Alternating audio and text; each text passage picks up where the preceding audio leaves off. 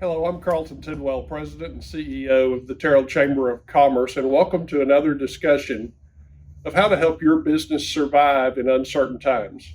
With me today is Ray Dunlap, President of the Terrell Economic Development Corporation, and business consultant James Weaver. Thank you, Carlton. James, it's a pleasure to have you back. We had a lot of great response from our last get together, and we appreciate you taking the time to come back and visit with us again today. Today, we'd like to cover a couple of areas. Number one is money, because as you know, the PPP funds ran out day before yesterday, but there's some people that have gotten their stimulus money, and so how can a business that has gotten the money work through that, and then maybe one that wasn't able to get it? And then the other thing that we've had some questions come in, there's some people that while their business is essential as defined under the current terms, they were deemed non-essential. And so they've actually had to close their business. So what are some things that these people can do in the interim before opening up, and some tips to help them come back even stronger after this is over? So let's tackle the money first. Okay. What about people that didn't get the stimulus package? What are some tips you can give them through this time? Well, first of all, thank you, Ray, and thank you, Carlton, for inviting me back. It's a pleasure to be able to do this and talk about these situations. You know, these are some most difficult times we've probably all been through. We've been some difficult times, but where whole businesses and whole industries, and basically our nation in a whole, has been shut down. And the impact of that and how you deal with it. And being a business consultant, I get a lot of calls from clients and from friends who know what I do, and they're asking me these same kinds of questions. So how do we survive this? How do we plan for it? What do we do in preparation for reopening if we've been closed? And for those whose businesses has been open but has been impacted, what do we do then? How do we manage our cash flow and all that? So I always answer this starting off with two or three answers to that question. Number one is first of all, don't panic. Stay cool, stay calm, stay collected. A lot of people are depending on you. A lot of people are looking to you for direction and for focus. And so if they see fear in your eyes, they're going to have fear in their eyes. So portray a level of confidence in what you're doing, what's coming, and what's going to happen. And then be flexible. Today, you can make a plan, and 6 months from now or 3 weeks from now, it may not be an effective plan depending on what happens in terms of how quickly you can get back to business or you can get back to full scope business. So don't panic, be flexible. And then the third thing I tell them is have a good operating plan. And the first part of that is to have a good cash management plan.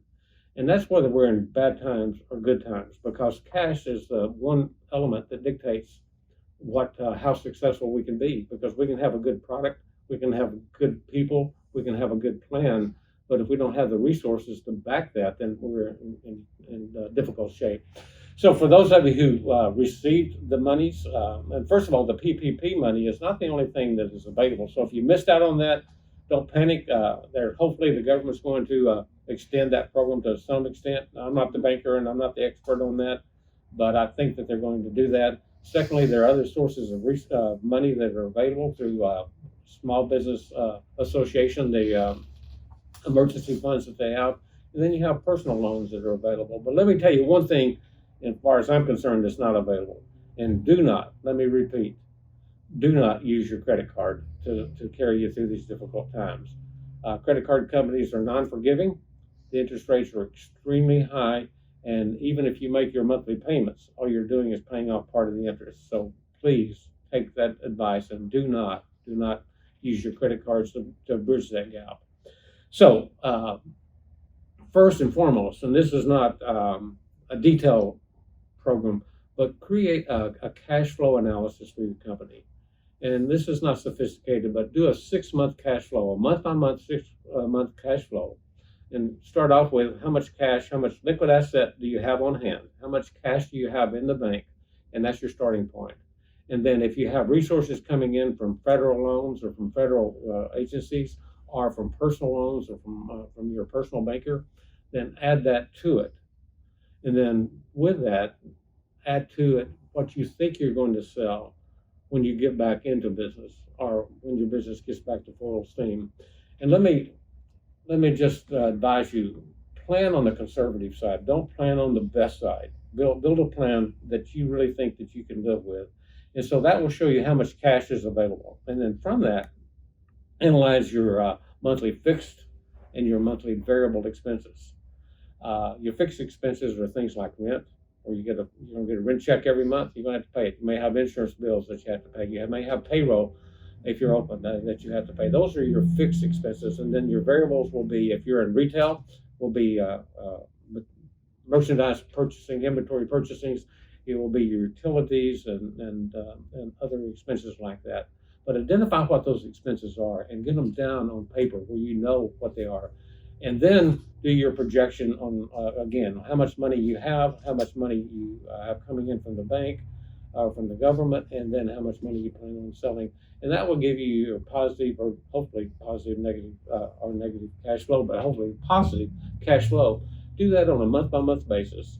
And then as you go through those 6 months, monitor it. And if you see you're doing better than you thought, then adjust it upwards. And if you're doing worse than maybe you thought, then adjust it downward. But it's so important, so critical. And again, I tell my clients this, is you have a plan for 3 things.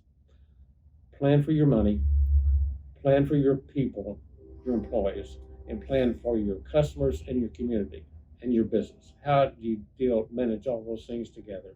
So it's so important that you know, manage, and let me close this segment by just saying, don't spend any monies that you don't necessarily have to. To delay any investment that you can make in equipment or whatever additional inventory. Make sure that you postpone those as much as possible until you know and get more comfortable where your cash flow really is. And then you can make those kinds of expenditures. And I'll go back to something I discussed in our last session, and that is, when you're spending money, make sure they're an investment and not an expense. And again, I'll give the same example. A piece of equipment, let's say you're in the printing business, and it's your printing press is working 50% of the time. That's 50% of the time it's not working. So you may be able to get it fixed or buy a new one, and then that immediately will impact your revenue because you can run it up to 50%. On the other hand, employees can be an investment, or they can be an expense. If you have an employee that's productive and creative and making positive contributions to your business, then that person is going to pay back more than you ever thought about paying that person in salary. They're going to give you a return on your investment. But if you have someone that's underperforming, that's just a wrong fit for the company or the job that they're in, then that's going to be an expense. So evaluate all of those and make those tough decisions on those kinds of investments. So I think it's really important that first and foremost, that you manage your cash flow and you manage it effectively, and that it's a fluid cash flow analysis.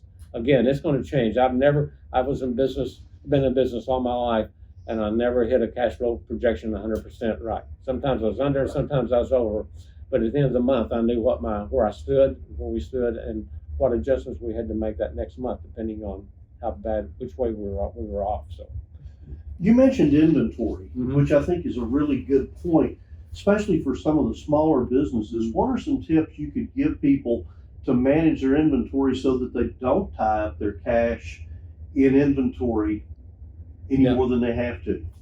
Well, there are several things that you can do, and one is deal with your vendors. And if you've been in business for a while, you probably have a pretty good relationship with their vendors. And so get the best terms that you can from that vendor. And I'm not suggesting that you not pay the vendor, but pay when it's due and not before it's due. And then in this tough times, there's nothing wrong with going to that vendor and saying, "Hey, we've been shut down. We've got that inventory we bought 2 months ago, 3 months ago. Can you give us some leeway on the payment terms on that?" And so that is one thing. Another thing, and I found this. I came out of the manufacturing industry, but I see this in retail also, and that is you end up with what goes on your balance sheet is called obsolete inventory. It means it's good inventory, it's good product, it works, but it's not, for whatever reason, it's not selling. That's money sitting back there in those shelves. That's money.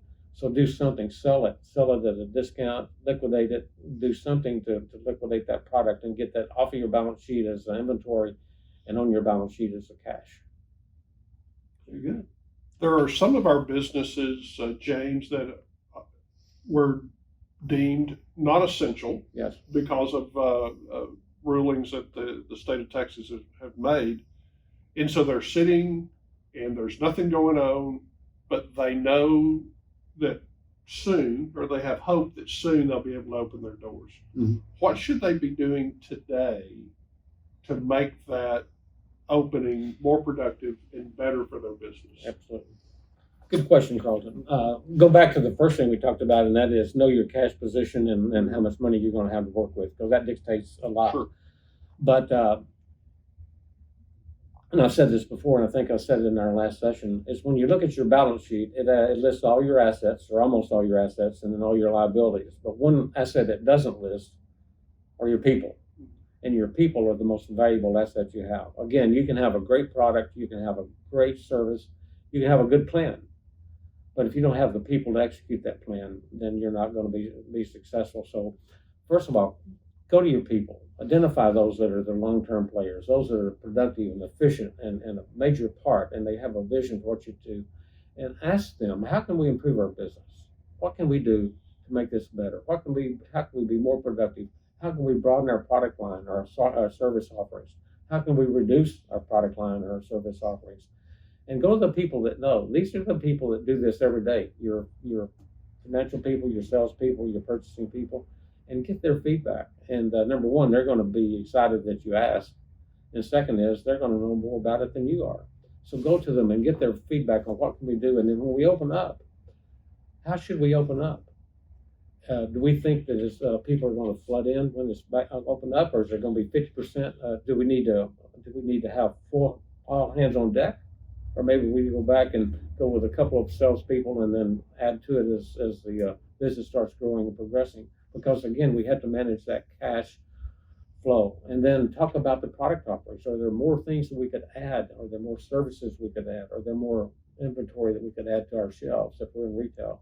Or are there things we can take away from that? Because again, obsolete inventory or slow-moving inventory is money sitting on the shelf that you cannot use for anything. So count on those people and then make a plan for what are we going to do? How are we going to get that message out? And it may be, you may be in a service organization where you're working by appointments. Well, identify the best you can when you're going to be able to open back up again, and then go out and announce to your customers, I'm now taking an appointment starting for whatever date that is. And so get your schedule filled back up again so that you can do that. Plan in advance. And then talk about how many hours a day. If you're normally 10 to 6 or 10 to 8 or whatever your hours are those the best hours for you? Should it be less? Should it be more? What would be best? And maybe you change and phase and go in half a days, and then you open it up full days as time goes on. Again, trying to manage and conserve on your financial resources. And then you can always respond. If it's the response is positive and people are flooding your knocking on your front door and coming in by the groves, and then load up, bring everybody back to work. But the real key message for me is that find out from your people what is the most efficient thing we can do. And I want to share one example with you. And I know time's short here, but when we were growing our business, we sometimes added people quicker than we needed to, and we ended up with a lot of people in staff positions. And I didn't know what to do about that. And then one day I decided that said, okay, let's let attrition take care of this thing. And so if an employee left our company, let's say we had 3 people in accounts receivable, for example. We had somebody leave our company. Before replacing that person, I would go to those people that are doing that same job and say, if you can figure out, if you can look at the situation, if you can do the work of that third person, then what I will do, I will give you 50% of what they were making if you can do it. But you got to be able to do it. And I don't want to just give you the raise and you can't do it. So let's say if they're a $30,000 a year employee, so just using it for example, and a $30,000 employee leaves and one person takes over that position, and they get a $15,000 raise. If two people take it over, it's still a substantial raise. What this forces them to do is find ways to be more efficient, ways that you couldn't even imagine to tell them how to do it, because they're going to financially benefit from that.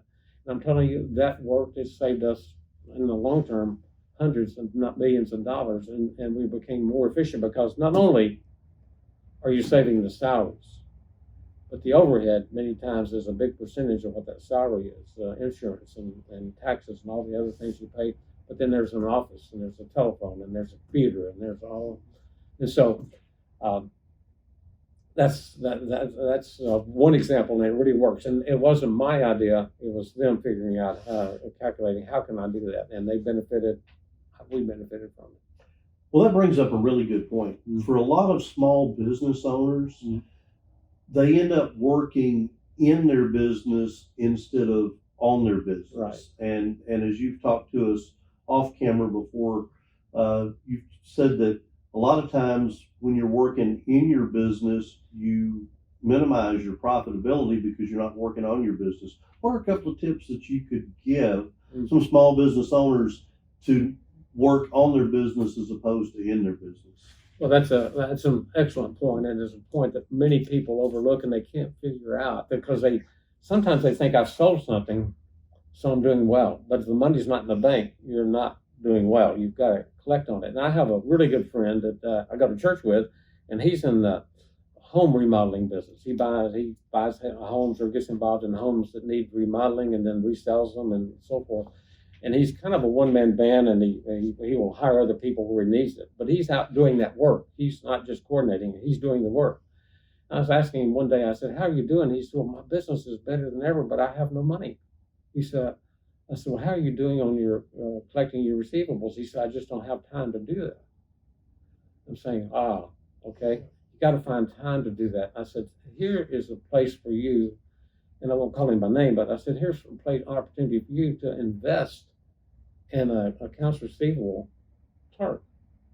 They're not going to cost you that much money, and they're going to collect your money for you, because if you're on the phone trying to collect money, you're not out here remodeling where the source of your income is, and vice versa. If you're out here doing this and not collecting the money, either way it doesn't work.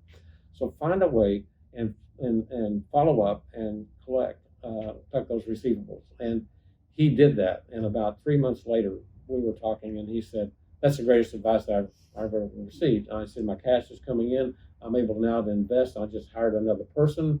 And so it's just a simple thing of an investment of a $15, $20 an hour employee that enabled him to collect the money and grow his business. So very good. So James, how important is accountability in dealing with your people and with your business and with yourself for a small business owner? Well, Ray, it's absolutely essential for small business owners and for large companies, because I teach a program on accountability, and I go into companies and share with them. It's a 10-point program, and I won't go through all 10 points of that today. But if without accountability, you don't get this. You don't maximize your results. And a lot of times, managers and leaders think that over managing is a sign of a good leader, and it's just the opposite. If you're over managing your people, then you're tearing them down, and you're not giving them the opportunity to think, and you're not giving them the opportunity to perform on their own. So you want to create an atmosphere of accountability. And for me, it's again a 10-step program. Number one is you define what the job is. What are the expectations of that job? You put a person in that job that's fit to accomplish those goals. Then you tell them what's expected of them.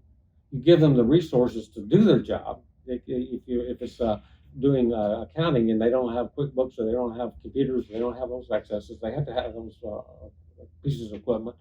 They have to have the tools to do their job.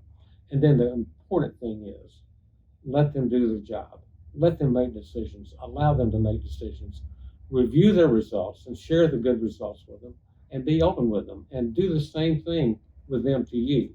Let them come to you and review you. Let them tell you what you're doing. Because I always close this program, and I'm doing this in 2 minutes, that's usually an hour, is create an atmosphere where everybody in the company can come to someone in that organization and say, "How am I doing? and really want to know the answer.